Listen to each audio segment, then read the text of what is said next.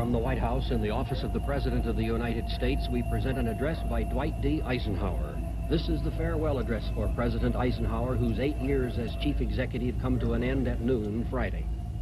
Good evening, my fellow Americans. We now stand 10 years past the midpoint of a century that has witnessed 4 major wars among great nations. Until the latest of our world conflicts, the United States had no armaments industry. American makers of plowshares could, with time and as required, make swords as well. But we can no longer risk emergency improvisation of national defense. We have been compelled to create a permanent armaments industry of vast proportions. Added to this, 3.5 million men and women are directly engaged in the defense establishment. Now, this conjunction of an immense military establishment and a large arms industry is new in the American experience.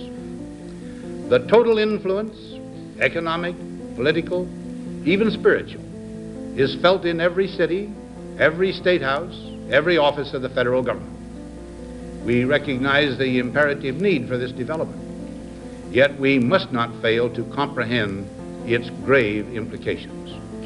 Our toil, resources, and livelihood are all involved. So is the very structure of our society.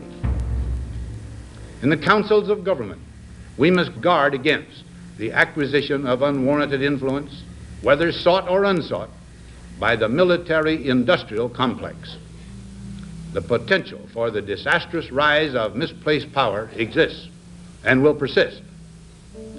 We must never let the weight of this combination endanger our liberties or democratic processes. We should take nothing for granted. Only an alert and knowledgeable citizenry can compel the proper meshing of the huge industrial and military machinery of defense with our peaceful methods and goals, so that security and liberty may prosper together. And as Commander-in-Chief, I have determined that it is in our vital national interest to send an additional 30,000 U.S. troops to Afghanistan. We're in Afghanistan to prevent a cancer from once again spreading through that country. But this same cancer has also taken root in the border region of Pakistan. To abandon this area now and to rely only on efforts against al-Qaeda from a distance would significantly hamper our ability to keep the pressure on al-Qaeda and create an unacceptable risk of additional attacks on our homeland and our allies.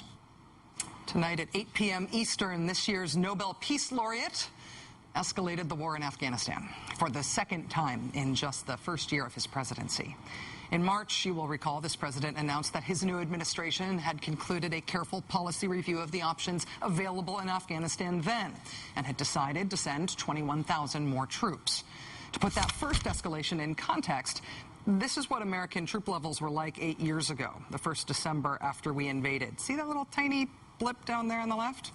This is how they changed over time, all through the Bush administration and through, frankly, the election of Mr. Obama. This is what's happened during President Obama's first year in office. And this is what he's just announced he's going to do by next summer. And then 9 days after that, he flies to Oslo to get his Nobel Peace Prize. President Obama tonight spoke at the site where President Bush unveiled the Bush Doctrine, the proclamation that the United States would no longer reserve the right just to wage war against countries or forces that threatened us, but that we would wage war to stop the emergence of threats in the future. The Bush Doctrine was probably the single most radical thing about the Bush presidency because it dropped the requirement that the United States actually be threatened before we'd start a war with someone. And it may have survived the Bush presidency. The administration admitting that we are not actually threatened now as a nation by Afghanistan.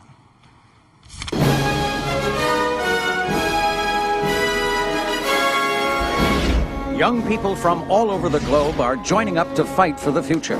I'm doing my part. I'm doing my part. I'm doing my part. I'm doing my part, too. They're doing their part. Are you? Join the mobile infantry and save the world. Service guarantees citizenship.